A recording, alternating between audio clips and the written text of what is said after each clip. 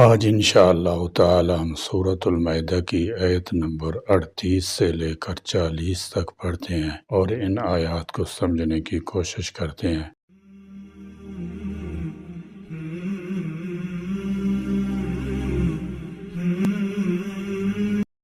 اعوذ باللہ من الشیطان الرجیم، بسم اللہ الرحمن الرحیم۔ والسارق والسارقة فاقطعوا أيديهما جزاء بما كسبا نكالا من الله والله عزيز حكيم۔ والسارق اور چور مرد، والسارقة اور چور عورت، فاقطعوا کاٹ دو، ایدیہما ان دونوں کے ہاتھ۔ چوری کی یہ سزا کسی شخص کے زیر ملکیت حفاظت سے رکھے ہوئے کم سے کم 10 درہم یعنی 30 گرام 618 ملی گرام چاندی کے بقدر مال چھپا کر لینے والے شخص پر جاری ہوگی۔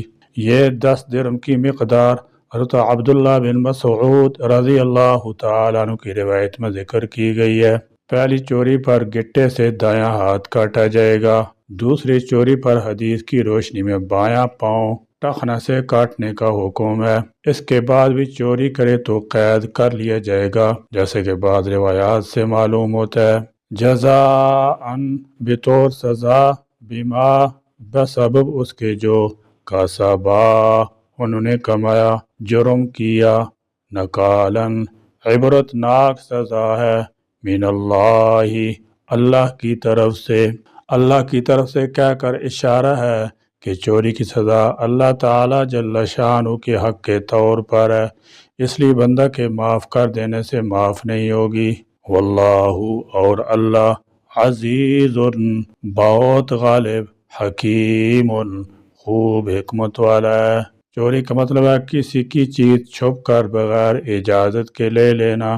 اسلام میں اس کے لیے سزا بڑی سخت ہے، اس لیے پہلے تو یہ دیکھنا ہوگا کہ چوری کی گئی چیز کی مالیت کتنی ہے، اور پھر چوری کرنے والا پاگل یا نابالغ تو نہیں، پھر چوری کرنے والا مرد ہو یا عورت، دونوں کو یہ سخت سزا ہی ملے گی۔ اور پھر ہاتھ کاٹنے کی سخت سزا خاص حکمت پر مبنی ہے، کیونکہ اگر ایک کو یہ سزا مل جائے تو تمام لوگ کانپ اٹھیں گے، لرز جائیں گے اور عبرت حاصل کریں گے، اور اس طرح ایک انتہائی غلط کام چوری کی زبردست روک تھام ہو جائے گی۔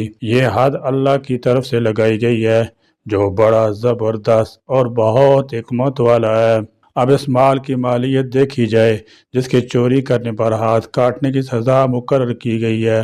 مالیت کے بارے میں کافی اختلاف ہے، مگر مجموعی طور پر یہی معلوم ہو سکا ہے کہ اس کی مالیت 1 دینار یا 10 درہم سے کم نہ ہو اور محفوظ جگہ سے چوری کی گئی ہو، مثلا گھر، دکان اور مکفل عمارت ہو، اور اس پر چوکیدار بھی مقرر ہو۔ کھانے پینے کی چیزوں کی چوری اور لاوارث پڑی ہوئی چیزوں کی چوری پر حد نہیں لگتی۔ پھر توبہ کا ذکر کیا گیا ہے تو اس میں بھی کافی اختلاف پایا جاتا ہے، اور زیادہ رائے یہی ہے کہ اگر چور گرفتار ہونے سے پہلے توبہ کر لے تو اس پر حد جاری نہیں کی جائے گی، مگر بعض علماء کی رائے ہے کہ حد تو ضرور لگے گی، اگر توبہ کرے تو قیامت کے عذاب سے بچ سکے گا۔ اس میں بھی شرط یہ ہے کہ چوری کا مال واپس کر دے یا اس کی قیمت ادا کر دے، اور اگر دونوں کام اس کے لیے ممکن نہیں تو پھر مالک سے معاف کروا لے۔ سچی توبہ کا دروازہ اللہ رب العزت نے ہر ایک کے لیے کھول رکھا ہے، بے شک اللہ معاف کرنے والا ہے اور بے حد رحم کرنے والا بھی ہے۔ اس بات کو سمیٹتے ہوئے یہ واضح کر دینا ضروری ہے کہ قرآن پاک میں قانون کی 3 صورتیں ملتی ہیں، ایک حدود، دوسری قصاص اور تیسری تعزیرات یعنی جرگہ، حاکم وقت، قاضی یا جج۔ فمن تاب من بعد ظلمه واصلح فإن الله يتوب عليه ان اللہ غفور الرحیم۔ فمن پھر جو کوئی، تاب توبہ کرے، من بعد ظلمه اپنے ظلم کے بعد، واصلح اور اصلاح کر لے، فإن تو بے شک اللہ یتوب علیہ اس کی توبہ قبول کر لیتا ہے، یعنی گناہ معاف ہو جائیں گے، مگر دنیا میں مقررہ سزا جاری ہوگی۔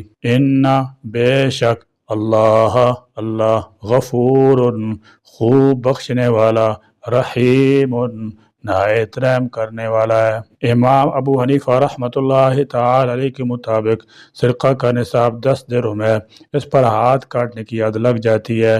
چور معافی مانگ لے یا نہ مانگے، پھر قصاص کا درجہ آتا ہے، پھر تعزیرات ملک کا درجہ آتا ہے۔ یہ چھوٹی موٹی چوری، گناہ یا دنگا فساد اور مناسب سزا یا جرمانہ کی سزا دی جا سکتی ہے، جو بھی حاکم وقت یا قاضی یا جج مقرر کرے۔ عام آدمی سزا نافذ نہیں کر سکتا۔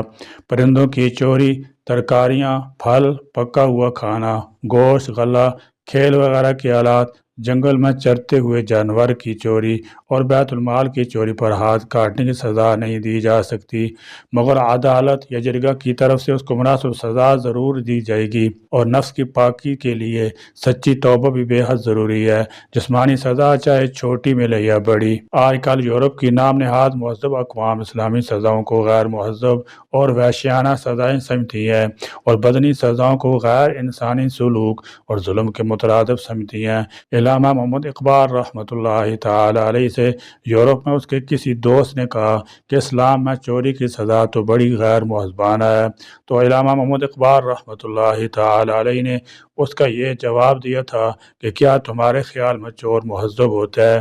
ان لوگوں نے اپنے اسی نظریے کے تحت اقوام متحدہ کے بنیادی حقوق کے چارٹر میں اس کو غیر انسانی سلوک قرار دے کر ایسی سزاؤں کو ترک کرنے کی ہدایت کی ہے۔ اس حقیقت سے کون انکار کر سکتا ہے کہ اس نظریے کے دعوے دار اپنی حکومتوں میں سیاسی ملزموں پر بند کمروں میں ایسے دردناک مظالم ڈھاتے ہیں اور بدنی سزائیں دیتے ہیں جن کے تصور سے بھی روح کانپ اٹھتی ہے، اور مشاہدہ یہ ہے کہ بند کمروں میں ایسی سزائیں دینا مجرموں کو اپنے کردار مزید پختہ بنا دیتا ہے۔ پھر یہ بھی عام مشاہدہ ہے کہ جہاں جہاں عدالتوں میں بدنی سزائیں موقوف ہوئیں وہاں جرائم میں اضافہ ہی ہوا ہے۔ ہم حیران ہیں کہ اگر انسانی جسم کو بچانے کے لیے پھوڑے کا آپریشن محض جائز ہی نہیں بلکہ اسے عین ہمدردی سمجھا جاتا ہے، تو معاشرے کو ظلم و فساد سے بچانے کے لیے بدماشوں کو بدنی سزا دینا کیسے غیر انسانی سلوک بن جاتا ہے؟ اور چوروں، ڈاکوؤں، بدماشوں پر رحم کر کے معاشرے میں بدامنی کو کیوں گوارا کر لیا جاتا ہے، اور ایسے لوگوں کے لیے مہذب اقوام کی ہمدردیاں کیوں پیدا ہو جاتی ہیں؟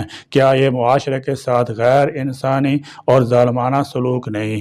پھر یہ بات بھی قابل غور ہے کہ غیر انسانی سلوک کے یہ علم بردار اپنے اپنے ممالک میں قیام میں کہاں تک کامیاب ہوئے ہیں۔ آج کل سعودی عرب میں شرعی سزائیں رائج ہیں تو وہاں جرائم کی تعداد حیرت انگیز حد تک کم ہو چکی ہے۔ اسی طرح موجودہ زمانے میں افغانستان میں شرعی سزائیں نافذ ہیں، وہاں بھی جرائم نہ ہونے کے برابر ہیں۔ اس کے مقابلے میں امریکہ جیسے سب سے مہذب ملک میں جرائم کی تعداد اس سے سینکڑوں گنا زیادہ ہے۔ ہمارے خیال میں اس غنڈہ عنصر کی پشت پناہی کی وجہ محض یہ ہے کہ موجودہ جمہوری دور میں غیر انسانی سلوکی علم بردار خود غنڈہ عناصر کے رحم کرم کے محتاج اور انہی کی وساطت سے برسر اقتدار آتے ہیں، تو ایسے لوگ اپنے مددگاروں کے حق میں برسر عام بدنی سزائیں کیسے گوارا کر سکتے ہیں؟ أَلَمْ تَعْلَمْ أَنَّ اللَّهَ لَهُ مُلْكُ السَّمَاوَاتِ وَالْأَرْضِ يُعَذِّبُ مَن يَشَاءُ وَيَغْفِرُ لِمَن يَشَاءُ وَاللَّهُ عَلَى كُلِّ شَيْءٍ قَدِيرٌ۔ أَلَمْ تَعْلَمْ، کیا آپ نہیں جانتے، أَنَّ اللَّهَ، کہ بے شک اللہ، لہو، اسی کے لیے، ملک، بادشاہی، السماواتی، آسمانوں کی، والارض، اور زمین کی، یعذب، وہ عذاب دے، من یشاء، جسے چاہے، ویغفر، اور بخش دے، لمن یشاء، جس کو چاہے، واللہ، اور اللہ، علی کل شیء، ہر چیز پر، قدیر، خوب قادر ہے۔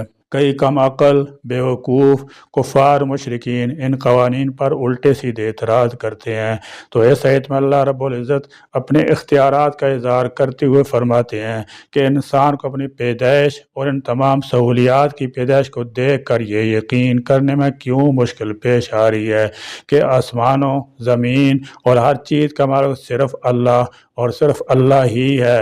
اس لیے تمام سلسلہ چلانے کے لیے جو انتظامات کر رکھے ہیں وہ انسانی سمجھ سے باہر ہیں، کیونکہ اللہ کے اندازے اور کاریگری اتنی عظیم ہے، ناقابل فہم اور مکمل ہے کہ اس میں کسی قسم کا کوئی نقص یا خرابی دکھائی نہیں دیتی۔ اس طرح اس نے انسان کو زندگی گزارنے کے جو اصول دے دی ہیں وہ بھی بڑی مکمل اور فائدہ مند ہیں۔ وہ ہر شخص کی نیت، ارادے اور عمل کو خوب اچھی طرح جانتا ہے جو انسان نہیں جان سکتا، اس لیے وہ جس کو سزا کے قابل سمجھتا ہے سزا دیتا ہے اور جس کو بخشش کے قابل سمجھتا ہے معاف کر دیتا ہے۔ لہذا انسان کو کوئی حق نہیں پہنچتا کہ اللہ کے بنائے ہوئے قوانین کو مذاق بنائے، ان میں رد و بدل کرے یا ان کو نہ مانے۔ مولانا وحید الدین خان رحمۃ اللہ تعالی علیہ نے اپنی کتاب خدا اور انسان میں بہت خوبصورت وضاحت کی ہے۔ لکھتے ہیں انسان نے جو تمدنی دنیا بنائی ہے وہ اللہ کی بنائی ہوئی دنیا سے کس قدر مختلف ہے۔ انسان کی بنائی ہوئی سواریاں شور اور دھواں پیدا کرتی ہیں، اور اللہ کی دنیا میں روشنی 1,86,000 میل فی سیکنڈ کی رفتار سے چلتی ہے، اور نہ کہیں شور ہوتا ہے اور نہ دھواں۔ انسان کے بنائے ہوئے تمام شہروں میں کوڑے کو ٹھکانے لگانا ایک مشکل مسئلہ بنا ہوا ہے، اور اللہ کی بنائی ہوئی وسیع تر دنیا میں ہر روز بڑے پیمانے پر کوڑا نکلتا ہے، مگر کسی کو پتہ نہیں چلتا، کیونکہ اس کو ریسائیکل کر کے دوبارہ کائنات کے مفید اجزاء میں تبدیل کر دیا جاتا ہے۔ یہی سب اس آیت میں دیا گیا ہے کہ جب انسان اللہ العظیم الحکیم العزیز الرحمن الملک العزیز العلیم الغفور کی اور بے شمار صفات اور طاقت کا اقرار کر لیتا ہے تو پھر وہ کسی صورت بھی رب ذوالجلال کی نافرمانی نہیں کر سکتا، اور نہ ہی اللہ کے کسی قانون پر نکتہ چینی کر سکتا ہے۔ اللہ کریم ہمیں قرآن کی سمجھ عطا فرمائے، اور ہم سب کو قرآن کریم میں غور و فکر کی توفیق عطا فرمائیں، اور جتنی معاشرتی بیماریاں ہیں ہمارے معاشرے میں ان سے اللہ پاک ہماری حفاظت فرمائے۔ یا اللہ کریم قرآنی احکام پر عمل پیرا ہونے کی توفیق عطا فرما، آمین۔ وآخر دعوانا الحمدللہ رب العالمین۔